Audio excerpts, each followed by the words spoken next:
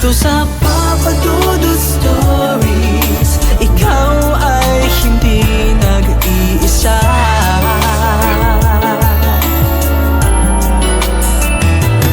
Dito sa Papa Dudut Stories, may nagmamahal sa'yo.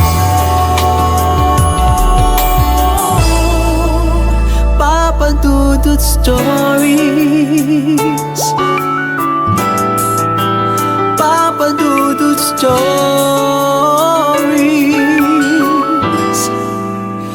Papa Dudut Stories. Dito sa Papa Dudut. Marami na tayong narinig na kwento tungkol sa mga paupahan na pinamamahayan ng mga kaluluwa at kung ano-anong elemento. Ang ganitong bagay ay may iba't ibang dahilan. May mga nilalang na may malakas na kapit sa lugar na yon, kaya hindi nila yon magawang iwanan. Ngunit may mga dahilan na masyadong nakakatakot at mas pipiliin na lamang nating huwag itong malaman.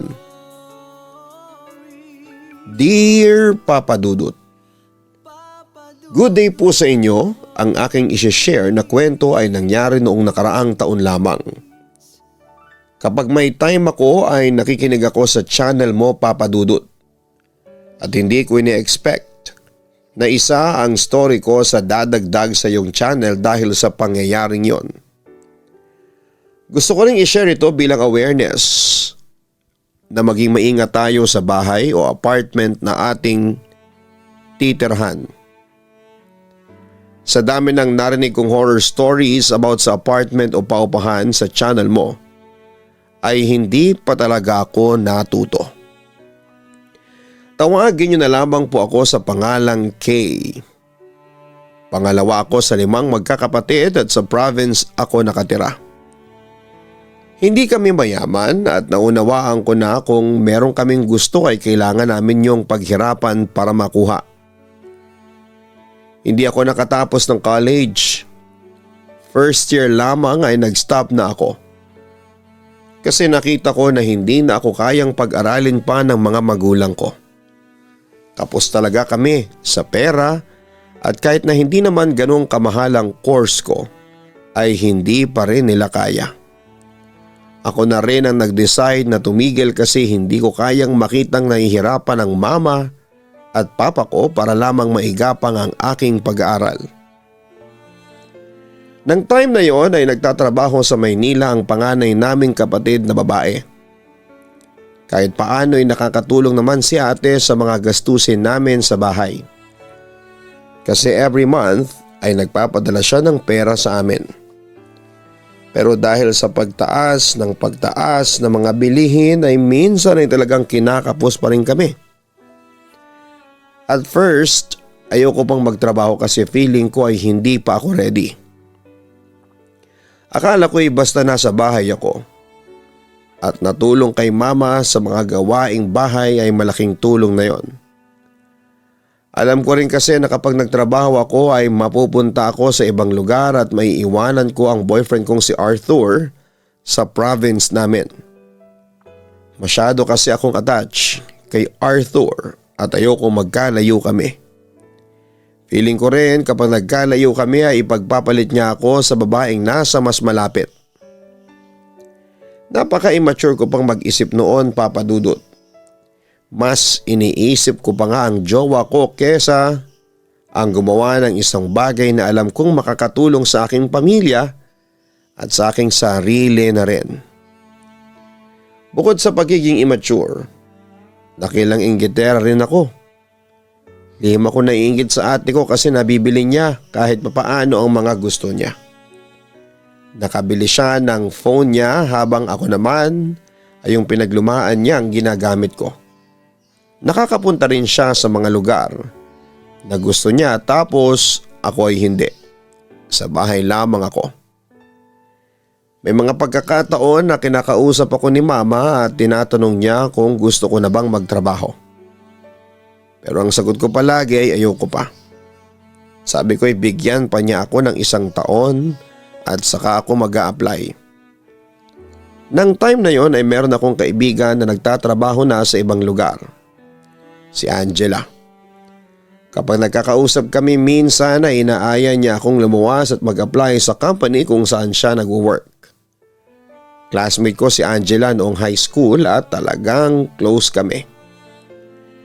Kesa raw nasa bahay lamang ako at hindi kumikita ng pera. Tinatanggihan ko palagi si Angela at ang sinasabi ko ay kailangan pa ako sa bahay kahit na hindi naman totoo. Dahil ang totoong dahilan ay hindi ko kayang lumayo sa jowa ko. Isang araw ay nasira ang cellphone ko. Bigla na lamang namatay at hindi na gumana. Ayaw na niyang mag-on, Papa Dudut. Wala akong trabaho, wala akong perang pambili. Hindi ko kayang mabuhay ng walang cellphone kaya sinabi ko kay mama na baka pwedeng ibili niya ako ng kahit mumurahin lang na cellphone. Pero ang sabi niya ay wala siyang pera para ibili ako ng bagong cellphone. Marami raw kaming bagay na dapat na unahin kesa sa cellphone ko. Bakit hindi ko raw kasi iningatan ang gamit ko? Doon ako nainis at kung ano-ano na ang sinabi ko. Bakit kasi hindi ka magtrabaho para may pera kang pambili ng gusto mo? Gayahin mo ang ate mo. Nagtatrabaho kaya kapag may gusto siya, nabibili niya. Sabi ni mama sa akin. Talagang ikunumpara mo pa ako kay ate? Kapag talaga nagkatrabaho ako, bibilin ko lahat ng gusto ko. Ang naiinis kong sabi kay mama. Wala ko nagawa kundi ang magtiis ng walang cellphone, Papa Dudut. Doon ko na na-realize na kailangan ko na talagang magtrabaho.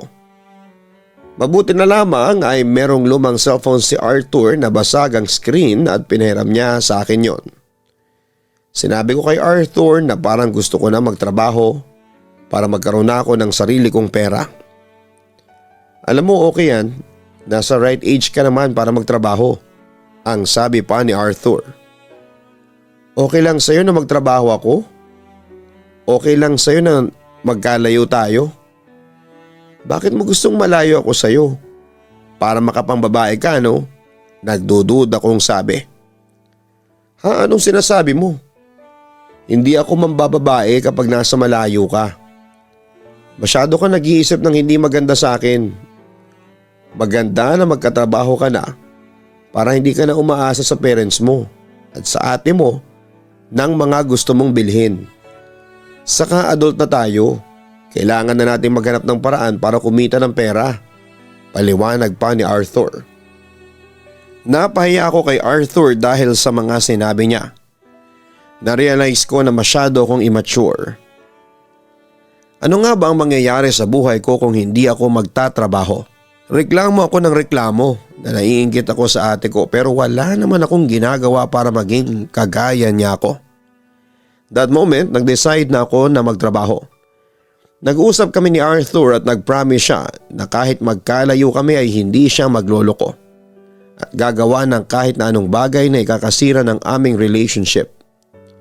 Kinausap ko na rin si Angela at sinabi ko na baka pwedeng tulungan niya akong makapasok sa company kung saan siya nagtatrabaho. Tamang-tama raw kasi hiring sila at pinag-send na kaagad niya ako ng resume ko sa email niya para siya na raw ang magpapasa. May kaibigan daw siya sa HR department at ilalakad niya ang application ko. Hindi ko muna sinabi sa family ko ang tungkol sa bagay na yon. Nang may schedule na ako for interview ay saka ko lang pinaalam kina mama. Ang sabi ni mama ay tutulungan nila ako para sa pag-a-apply ko ng trabaho pagdating sa pera dahil alam nila na kailangan ko ng budget sa pagpunta ko sa interview ko. Inasikaso ko na rin ang mga requirements sa pag-a-apply ng trabaho habang inihintay ko ang araw ng aking interview. Lumuwas na ako isang araw bago ang interview at sa apartment ni Angela ako nagstay. May kasama siyang 2 tao sa apartment na katrabaho rin niya. Si Gail at si Omar na isang gay. Si Omar yung kaibigan ni Angela na nasa HR department at ang sabi niya ay huwag ako mag-alala kasi sure na raw akong makakapasok.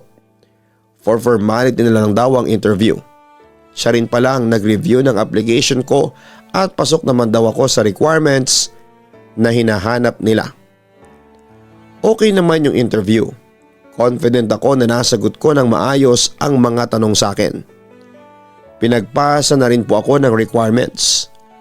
Tinulungan ako ni Angela na makumpleto ang mga yon, kaya talagang sobrang laki ng tulong niya sa akin, Papa Dudut. Sa madaling salita ay natanggap ako sa trabaho. Office staff ako sa company na yon. Dahil sa malayo talaga yon sa bahay namin ay kinailangan kong umalis sa bahay. Hindi na rin ako nahirapan sa paghahanap ng matutuluyan na malapit sa pinagtatrabahuhan ko. Kasi doon ako nagstay sa apartment ni Angela. Dalawa naman ang room doon at kami ni Angela ang magkasama sa isang kwarto. Hindi ko na rin inisip pa na hindi magandang bagay ang pagkakalayo namin ni Arthur. Lalo na at nag-apply na rin siya ng work ng panahon na yon. Naisip ko na walang mangyayari sa buhay ko kung palaging jowa ang iniisip ko. Kung maglolo ko siya kasi magkalayo kami, wala na akong magagawa doon. Meron nga dyan na kahit magkasama kayo palagi ay naglolo ko pa rin. Saka gusto ko na rin ma-experience yung na-experience ng ate ko na may sarili siyang pera kaya nagagawa niyang bilhin ang mga gusto niya at napupuntahan ang mga lugar na gusto niya. Siyempre gusto ko rin makatulong sa pamilya ko gaya ng ginagawa ni ate. Inalis ko na ang inggit sa kanya at ginawa ko siyang inspirasyon. Narealize ko na nagagawa yung lahat ng kapatid ko kasi pinaghihirapan niya yon. Hindi pala madali ang magtrabaho, Papa Dudut. Kailangan kong gumising ng maaga at kapag natapos ng working hours ay talagang pagod na pagod ako kahit maghapon lang naman ako nakaupo. Parang gusto ko na ngang sumuko pero sinabi ni Angela na sa una lang ganon at kapag nasanay na ako sa trabaho ko ay magiging madali na yon. Kinailangan naming umalis sa apartment kung saan kami nag-i-stay dahil may nakaaway sina Gail at Omar, yung nasa katabi naming unit. Ang lakas kasi nilang magpatugtog ng music kahit gabi at isinumbong namin yon sa unit owner. Nagalit yung nasa kabilang unit dahil sa pagsusumbong namin at nagkainitan sila nila Gail at Omar. Humantong pa nga sa barangayan kaya nakakaloka, Papa Dudut. Nag-decide kami na kami na ang mag-adjust at kami na ang aalis. Naghanap kami ni Angela ng malilipat ng apartment nang wala kaming pasok. May nakita naman kami kaagad na talagang nagustuhan namin. Isang apartment siya na may 4 na floors. Sa first floor kung saan nakatira yung landlady at ang family niya. Yung second floor hanggang 4th floor ang pinapaupahan niya. Kada floor ay merong 3 unit. Ang available na unit ng tingnan namin ay yung nasa 4th floor pa at nasa pinakadulo. Nagustuhan namin ni Angela ang apartment na yon, Papa Dudut, kahit medyo nakakapagod ang pag-akyat sa hagdanan ay maganda naman ang view sa unit na yon. Meron din yung 2 kwarto kaya sakto sa aming 4. Medyo elevated yung mga kwarto. May 3 steps ng hagdanan paakyat sa mga kwarto, Papa Dudut. Compare sa aalis sa naming apartment ay mas malaki yon at maganda pa ay mas mura yon ng 1,000. Kinuna namin ni Angela ng picture ng apartment para meron kaming may papakita kina Gail at Omar. Ay bet ko to, maganda siya. In all fairness, komento pa ni Omar. Kaya lang mas malayo na siya sa office. Saka nasa 4th floor, nakakapagod umakyat doon, di ba? Sabi naman ni Gail. Okay nga yun exercise na rin yun. Para mas lalo tayong sumexy. Maraming boys ang mauhumaling sa alindog natin. Saka hindi ko na-carry yung pag-iirap-irap sa akin ng mga nasa kabilang unit. Baka hindi ako makapagpigil isang araw ay tutusukin ko na lang talaga ng mga nails ko ang mata ng mga yun. Turan pa ni Omar. Gaga ka, Omar. Humong gagawin yun kasi baka hindi ka na sa barangay diretso, kundi police station na. Biro pa ni Angela. Nagkasundo na kaming 4 na yun na ang kukunin naming apartment, Papa Dudut. Tinawagan ko na yung landlady at nagsabi na ako na kukunin namin yung nag-iisang available na unit. Mabuti raw at nagsabi kagad ako kasi may mag-asawa raw na tumingin doon sa unit at interesado rin. Pero kami raw ang mas gusto niyang umupa roon kasi meron daw anak na bata yung mag-asawa at baka raw maaksidente doon sa hagdanan. Ipinadala ko na rin ang bayad sa renta, deposit at advance. Nang gabing yon ay inayos na namin ang mga gamit namin. Kahit may 1 week pa sana kaming pwedeng magstay sa apartment na yon, ay gusto na talaga naming umalis. Saka sayang din yung araw na wala kaming pasok. Kaya kailangan na naming samantalahin na wala pa kaming work para makapaglipat. Sunday kasi kinabukasan kaya wala kaming pasok sa trabaho. Nadala naman namin lahat ng gamit namin sa bago naming apartment ng isang araw lang, Papa Dudut. Ang ginawa namin ay nagkarkila kami ng jeep at dahil sa medyo marami kaming gamit ay nakadalawang hakot kami. Maayos din kami nagpaalam sa dati naming landlady. Sa pag-akyat naman ng mga gamit namin sa 4th floor ay doon na kami nahirapan ng sobra. Mabuti na lamang at tinulungan kami ng asawa ng bago naming landlady. Sa kanong jeepney driver kaya dinagdagan na lamang namin ang binayad namin sa kanya. Nagtulong-tulong na rin kaming 4 na ayusin ang mga gamit namin at ginabi na kami sa pag-aayos. Nagpa-deliver na lamang kami ng dinner kasi tinamad na kaming lumabas. O kaya ay magluto kasi lahat kami ay pagod na.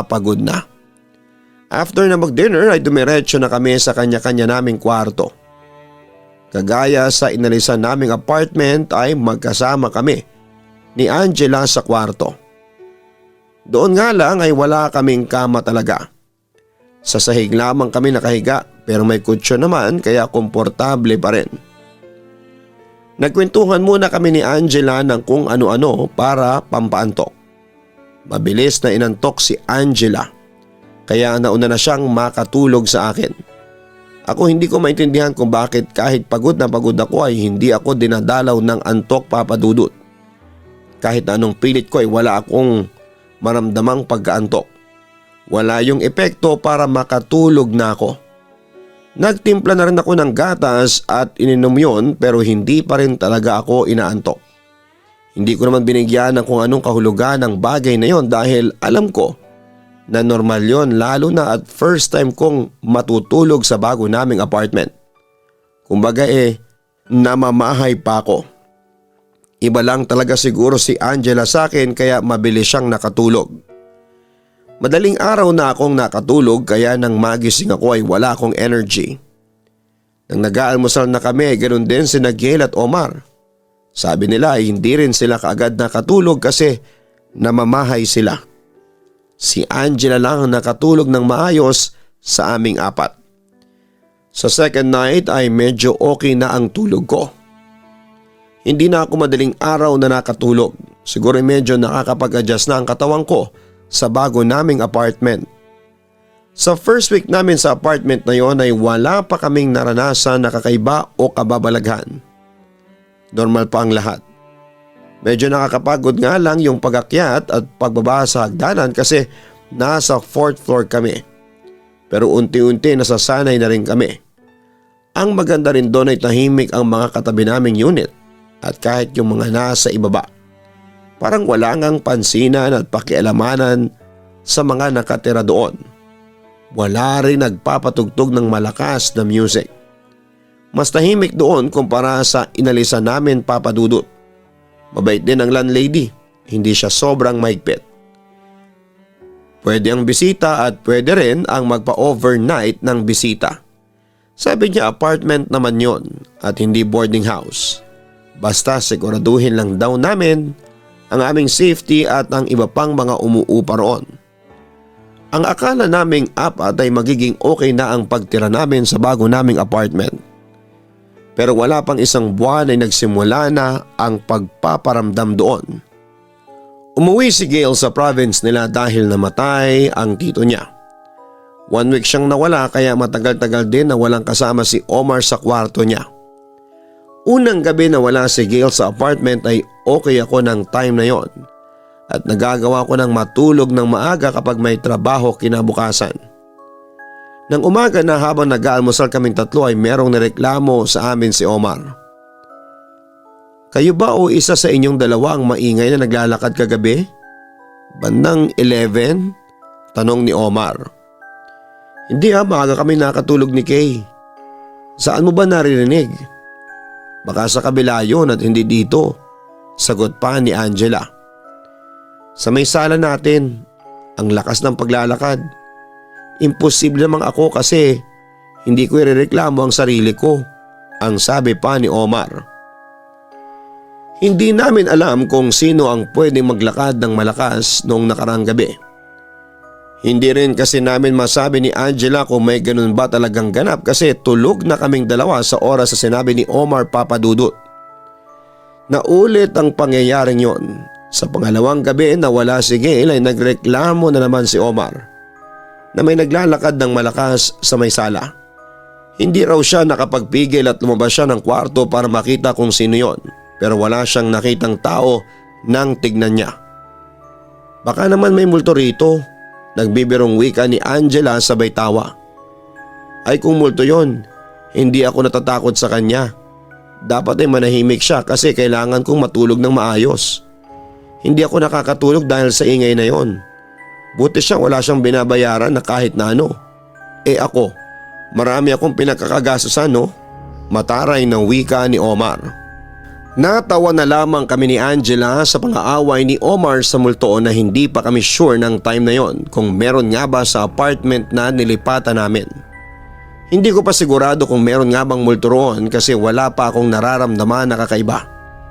Hindi ko rin naririnig yung malakas na naglalakad na sinasabi ni Omar. Ang hindi ko din sure ay kung gumagawa lang ba ng kwento si Omar.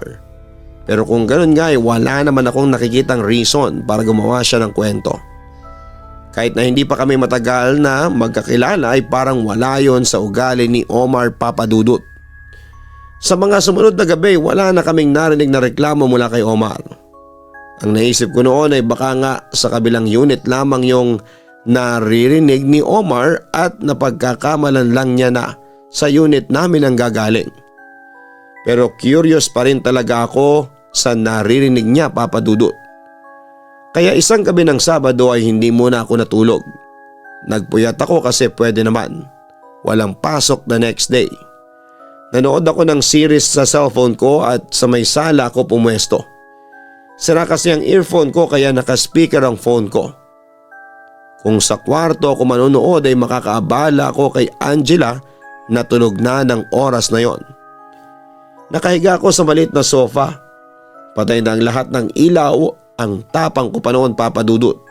Habang nanonood ako ay hinihintay ko na makarinig ako ng malakas na naglalakad sa kabilang unit. Mag-aalas 12 na noon ng hating gabi pero wala pa rin akong naririnig. Inaantok na ako kaya nag-decide ako matulog na. Bago ako pumasok sa kwarto ay nag-CR muna ako. Habang nasa CR ako ay nakarinig ako ng yabag ng paa sa may sala. 3 magkakasunod na hakbang na malakas. Binilisan kong tapusin ang ginagawa ko at lumabas ako ng CR. Binuksan ko ang ilaw sa may sala pero wala akong nakitang tao. Narinig ko ulit yung malakas na paglalakad na nakadalawang hakbang. Sigurado ako, Papadudut. Sa may sala ko narinig yung naglalakad pero ang nakapagtataka ay wala akong nakitang tao doon. Ako lang ang naroon. Hindi yun nanggagaling sa kabilang unit kundi mismong sa loob ng aming apartment. Kinakabahan at natatakot na ako ng sandaling yon. Hindi ko magawang makagalaw sa kinakatayuan ko. Nakatulala ako at hindi ko maintindihan kung bakit hindi ko magawang makatakbo papunta sa kwarto kahit na yon ang sinasabi ng utak ko. Nakagalaw lang ako nang lumabas si Angela sa kwarto at nakita niya ako nakatulala. Ano nangyayari sa'yo? Okay ka lang ba, Kay? Ang nagtatakang tanong ni Angela sa akin. May narinig akong naglalakad ng malakas dito sa loob ng apartment. Sagot ko habang nanginginig ang boses. Ano? Yung narinig ba ni Omar yon? Yun ba yon? Tanong ni Angela. Oo yata, hindi ako sigurado. Tugon ko. Teka, ano ba nangyayari sa'yo? Namumutla ka. Bumakas ang pag-alala sa mukha ni Angela. Ang nararamdaman ko ng sandaling yon ay nanlalamig ako ng sobra, Papa Dudut. Mabigat ang pakiramdam ko na parang lalagnatin ako. Halo-halo na ang nararamdaman ko at kahit ako ay hindi ko na yun ma-explain. Pinainom ako ni Angela ng tubig at doon kahit kaunti ay naging maayos ang pakiramdam ko. Nagising na rin si Omar at nang sabihin ko na narinig ko rin yung naglalakad ng malakas sa loob ng apartment namin, doon na namin nasabi na baka nga merong multo sa apartment na yon. Nasobrahan na kayo sa kakapanood ng horror. Kung may multo rito, sana nararamdaman ko rin. Pero bakit kayong dalawa lang ang nakakaramdam at nakakarinig? Pinaprank niyo ba ako? Hindi pa rin makapaniwalang sabi ni Angela. Iginit ko na hindi ako gumagawa ng kwento, Papa Dudut. Sinuportahan naman ni Omar ang sinabi ko dahil na-experience niya rin ang pangyayari na yon. Pero talagang duda pa rin si Angela sa mga pinagsasabi namin ni Omar. Simula nang mangyari yon ay nagkaroon na ako ng takot sa apartment na yon. Hindi ko na hinahayaan na mag-isa ako roon. Mabuti na lang at kagaya ko si Angela na kapag walang pasok ay mas gusto niya na magstay lamang sa apartment. Parehas kasi kaming matipid at ang iniisip namin kapag lalabas kami ay gastos lamang. Mas okay pa na hindi na lamang lumabas at makakapag-ipon pa kami ng pera. Bumalik na si Gail sa apartment at kumpleto na kaming apat. Nagkayaan kaming mag-inuman kasi birthday ni Angela. Kaming apat lang para mas makatipid si Angela sa gastos. Sinakto naming i-celebrate ang birthday ni Angela sa gabi na wala kaming pasok kinabukasan. Para kahit magwalwal kami hanggang madaling araw ay okay lang. Alauna na ng madaling araw pero hindi pa rin kami tapos sa pag-iinom. Dahil sa lasing na kami ay naging maingay na kami. Malakas na ang boses namin sa aming pagkukwentuhan at ang lakas na ng tawanan namin. Mas lalo pa kaming naging maingay nang magpatugtog si Angela sa cellphone niya at sumayaw si Omar. Akala mo'y isa siyang dancer sa bar. Kaya tawa kami ng tawa sa kanya. Sa gitna ng kasiyahan namin ay nagulat kami nang may malakas na kumalabog sa loob ng kwarto namin ni Angela. Parang may kung anong nabasag at nalaglag sa sahig. Ano yun? Gulat kong tanong. Malay ko. Lahat naman tayo ay nandito. Baka may magnanakaw na nakapasok, ang sabi pa ni Omar. Magnanakaw? Sa tingin mo may makakaakyat na magnanakaw sa itaas nito? Nasa 4th floor tayo. Pinapaalala ko lang sa'yo, ang sabi naman ni Angela. Sa bagay may point ka naman doon, ang sabi ni Omar. Para masagot na ang aming katanungan ay magkakasama kaming pumasok sa kwarto namin ni Angela. Nakita namin na nalaglag mula sa pagkakasabit sa dingding yung salamin namin doon. Nagkabasag-basag yon. Nag-hysterical si Omar na akala mo ay isa siyang best actress. Kailangan daw ay itapo namin yung basag na salamin kasi malas daw yon. May paniniwala raw kasi sila sa pamilya nila na kapag may nabasag na salamin ay merong masamang mangyayari. Natakot tuloy ako sa mga sinabi ni Omar, Papa Dudut. Ang una kong naisip ay ang pamilya ko. Hindi na namin tinuloy ang pag-iinom namin at nagligpit na kami. Ang sabi kasi ni Omar ay baka raw nagalit yung multo sa apartment dahil sa ingay namin. Yun daw siguro ang bumasag sa salamin para ipaalam sa amin na nabubulabog namin ito. Naniniwala ako kay Omar pero sina Angela at Gail ay hindi. Baka raw kasi hindi maayos ang pagkakasabit sa salamin kaya nalaglag yon. Pero nakapagtataka naman na sumakto na nalaglag yon ng sobrang ingay namin. Natulog na kaming apat hapon na nang magising ako at agad kong naalala yung sinabi ni Omar na may masamang mangyayari kapag may salamin na nabasag. Kinabahan ako kasi nabasag yon sa kwarto kung saan ako natutulog. Tinawagan ko kaagad si ate at kinumusta ko siya. Okay lang naman daw siya. Ang kasunod kong tinawagan ay sina mama. Tinanong ko si mama kung okay lang ba siya roon. Okay naman daw sila at huwag akong mag-alala. Kahit papaano ay nakahinga ko ng maluwag. Ipinagdasal ko na lamang na sana ay maging safe ang pamilya ko at protektahan sila ng Diyos laban sa kahit na anong kapahamakan at sakit. Pero ilang araw din akong nag-alala kaya araw-araw kong kinukumusta sina mama at ate. Natigil lamang ako nang lumipas ng 1 week na okay naman silang lahat. Napag-usapan namin ni Omar ang possibility na meron talagang multo sa apartment na aming nakuha ng time na yon, Papa Dudut. Gusto sana namin kausapin yung landlady pero dahil sa hindi pa namin siya sobrang close ay nahihiya pa kaming gawin yon. Yung ibang tenant naman ay hindi rin namin ka-close at baka ma-weirduhan sila sa amin kapag nagtanong kami ng kung ano-ano sa kanila. Kaya wala rin kaming choice kundi ang isa't isa na lamang ang pagkwentuhan ng tungkol sa bagay na yon. Pinag-usapan na rin naming 4 ang posibilidad na umalis kami roon pero hati ang desisyon namin. Kami ni Omar payag na umalis at maghanap ng bagong apartment. Pero ayaw naman ni na Angela at Gail. Suwerte na raw kami sa apartment na yon. Bibihira na raw ang ganong kamura tapos ay malaki pa. Doon ko rin na-realize kung bakit mura ang apartment na yon, Papa Dudut. Siguro aware din talaga ang may-ari na meron something doon. May pa-freebies pala silang multo. Sinamahan ko na lamang ng dasal ang pagtira ko sa apartment na yon, Papa Dudut. Inisip ko na hindi naman siguro nananakit yung multo na kasama namin doon kaya wala akong dapat na ipag-alala. Kumbagay ginagaslight ko na lamang ang sarili ko. Ayoko rin naman kasing ako lamang ang umalis doon dahil tiwala na ako sa mga kasama ko. Baka kapag umalis ako ay mapunta pa ako sa mga tao kasama sa paupahan na sa huli ay magsisisi ako. Saka wala rin akong kakayahan na kumuha ng apartment na ako lamang ang mag-isa kasi hindi kaya ng budget ko. Isa pa iniisip ko ay baka mapunta pa ako sa apartment na mas malala ang sitwasyon o kaya ay mas maraming multo na matindi ang ginagawa. At least doon sa apartment na yon ay paramdam lang at mga malalakas na paglalakad lang ang naririnig ko. Tila nagkaroon ng katotohanan ng sinabi ni Omar na kapag may nabasag na salamin sa isang bahay ay magkakaroon ng kamalasan o masamang pangyayari. Alos 2 weeks makalipas noong nabasag ang salamin sa kwarto namin ay namatay ang father ni Angela. Iyak nang iyak si Angela nang tumawag ang nanay niya sa kanya para sabihin ang masamang balita na yon.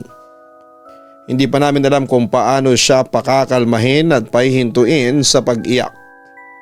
Sabi ko na sa inyo may masamang mangyayari dahil nabasag yung salamin. Ang sabi ni Omar sa gitna ng pag-iyak ni Angela. Tumigil ka na nga Omar, sa mga walang kwenta mong paniniwala na yan. Walang koneksyon yon sa nangyari sa tatay ko. Galit na sabi pa ni Angela. Okay fine, edi sorry na. Mataray na sagot naman ni Omar. Alam ko na mali na isiningit pa ni Omar ang tungkol sa bagay na yon dahil sa nagluluksa si Angela.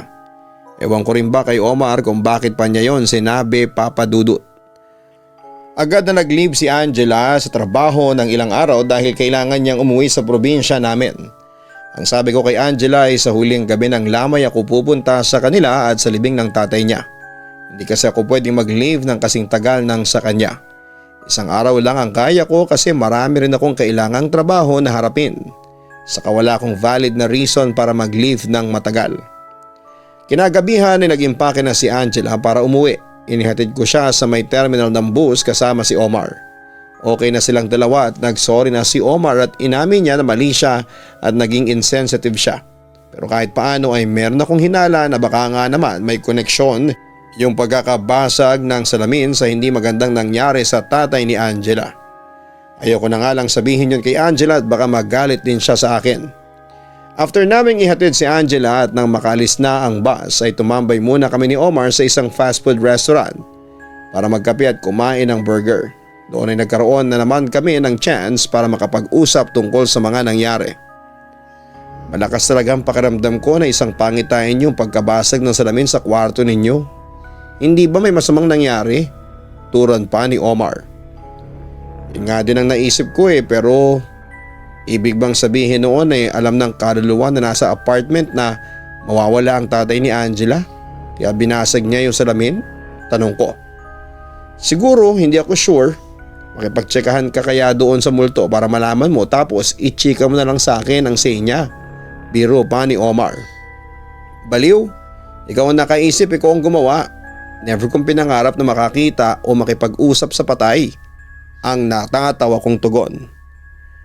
Dinadaanan lang namin ni Omar sa tawanan at biro ang lahat pero alam kong kagaya ko ay natatakot na rin siya. Papa Dudut. Kahit naman siguro sino ay ganon ang mararamdaman kapag alam mong may kasama kang patay na o kaluluwa sa bahay kung saan ka nakatira. Mas lalo pa akong natakot kasi alam ko na wala akong kasama na ilang gabi sa kwarto kasi ay umuwi sa kanila si Angela. Nag-request ako kay Omar na baka pwedeng doon muna siya sa kwarto ko matulog at mabuti na lamang at pumayag siya. Aniya alam niyang natatakot ako. Total hindi naman daw naniniwala si Gail sa multo sa apartment ay mukhang kaya nitong mag-isa sa kwarto. Kaming dalawang naniniwala na lang daw ang mag-join force. Ibinili namin si Gail ng spaghetti at fries bago kami umalis. Ibinigay namin yon kay Gail pagdating namin sa apartment at sinabi namin na sa kwarto ko muna matutulog si Omar.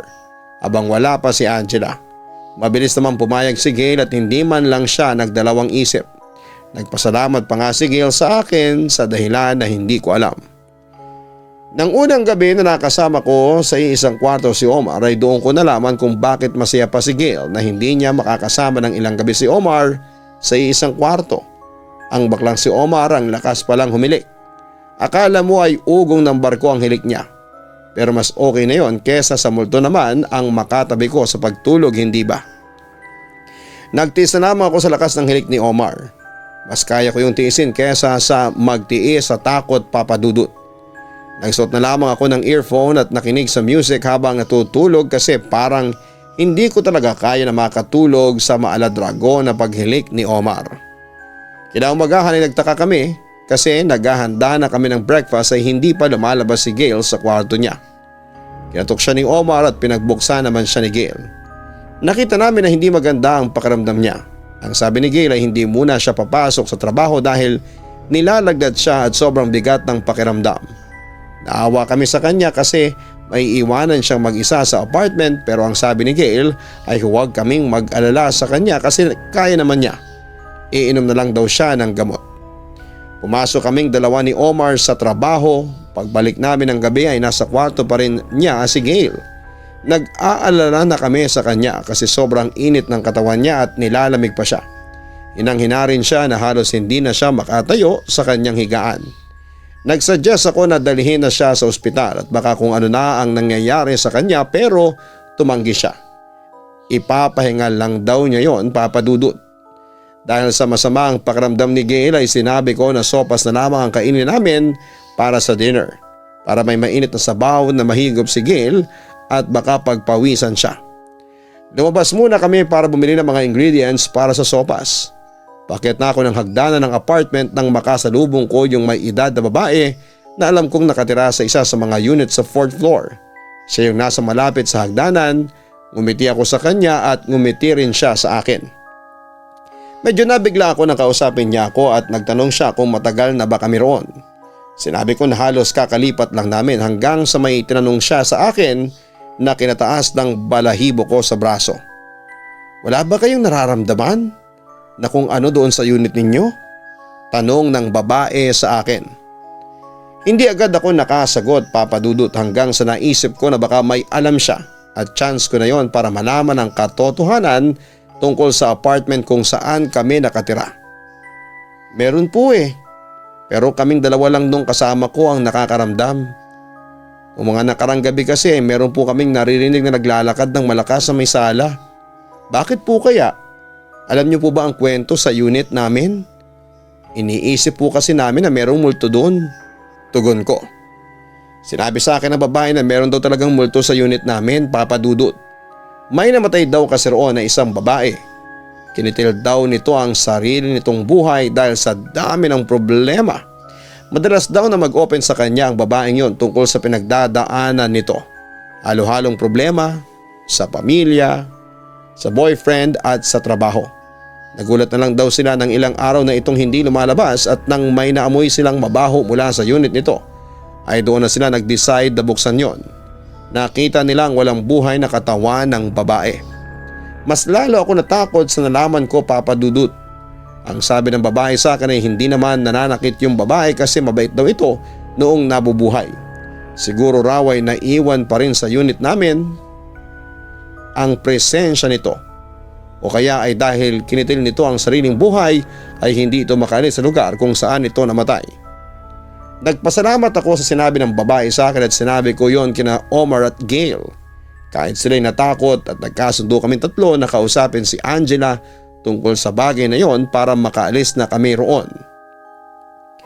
Ang gabing yon, ang hindi ko talaga makakalimutan. Tulog na ang lahat nang makaramdam ako ng kailangan kong gumamit ng banyo. Madaling araw na yon.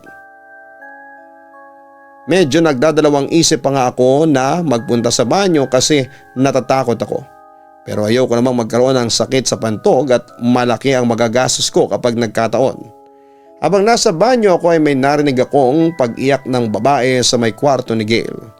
Ang naisip ko ay baka kung ano na ang nangyayari kay Gail kaya after ko sa banyo ay pumunta ako sa kwarto niya.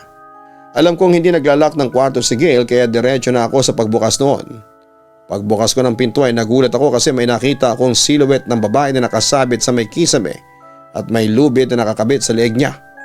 Akala ko ay si Gail yon kaya binuksan ko ang ilaw at nagpasalamat ako sa Diyos. Kasi mali ang una kong naisip at nakita ko si Gail na natutulog sa kama niya. Narealize ko na ang babaeng dating nakatira doon ang nakita ko. Kinabukasan ay ikinuwento ko kina Omar at Gail ang nakita ko. Maging si Gail ay naniniwala na dahil nung isang gabi raw ay parang may nakikita siyang babae na naglalakad sa kwarto niya.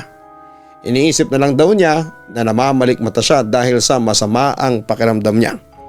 Nang mga sumunod na gabi ay magkakasama na kaming tatlo na natutulog sa isang kwarto. Umuwi rin muna ako sa probinsya namin para tuparin ang promise ko kay Angela. Nang bumalik na si Angela sa apartment ay kinausap namin siya at kinumbinsi namin siyang umalis na sa apartment na yon. Habang naghihintay kami ng araw ng pag-alis namin ay naghanap na kami ng malilipatan.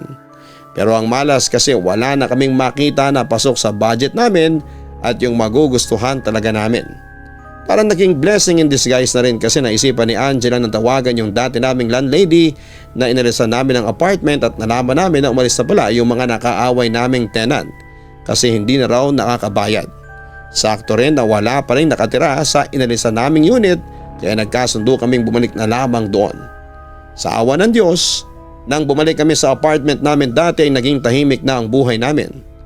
Buti na lang din at hindi kami sinundan noong babae, siguro nga'y hindi siya makaalis sa lugar na yon. Pero sana'y gawa ng paraan ng may-ari ng apartment na yon na mapaalis ang kaluluwa ng babae sa unit na yon. Para hindi na maka-experience ang mga susunod na uupa roon ng naranasan naming magkakaibigan. Sincerely yours, K.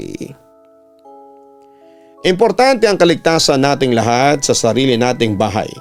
Ngunit sa panahon ngayon, hindi na natin masisigurado na kapag nasa loob tayo ng ating sariling pamamahay ay wala nang masamang mangyayari. Kaya mahalaga na maging handa tayo palagi sa mga posibleng mangyari. Kung sakali na may naramdaman kang panganib sa bahay na iyong tinitirhan, ay huwag kang magdalawang isip na humingi ng tulong sa taong mapagkakatiwalaan mo. Hindi ka man paniwalaan ng lahat, sapat na ang isang tao na may maniwala sa iyo. Kung sakali naman na may concern na sabihin sa atin ng isang tao ay i-consider natin ito lalo na kung nakasalalay dito ang kaligtasan ng mas nakakarami. Hanggang sa muli, ako po ang inyong si Papa Dudut. Huwag kalimutan na mag-like, share and subscribe. Maraming salamat po sa inyong lahat. Ang buhay ay mahiwaga, laging may lungkot at saya. Sa Papa Dudut Stories, laging may karamay ka.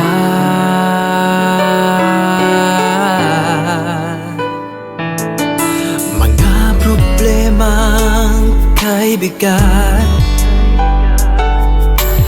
dito ay pakikinggan ka. Sa Papa Dudut Stories, kami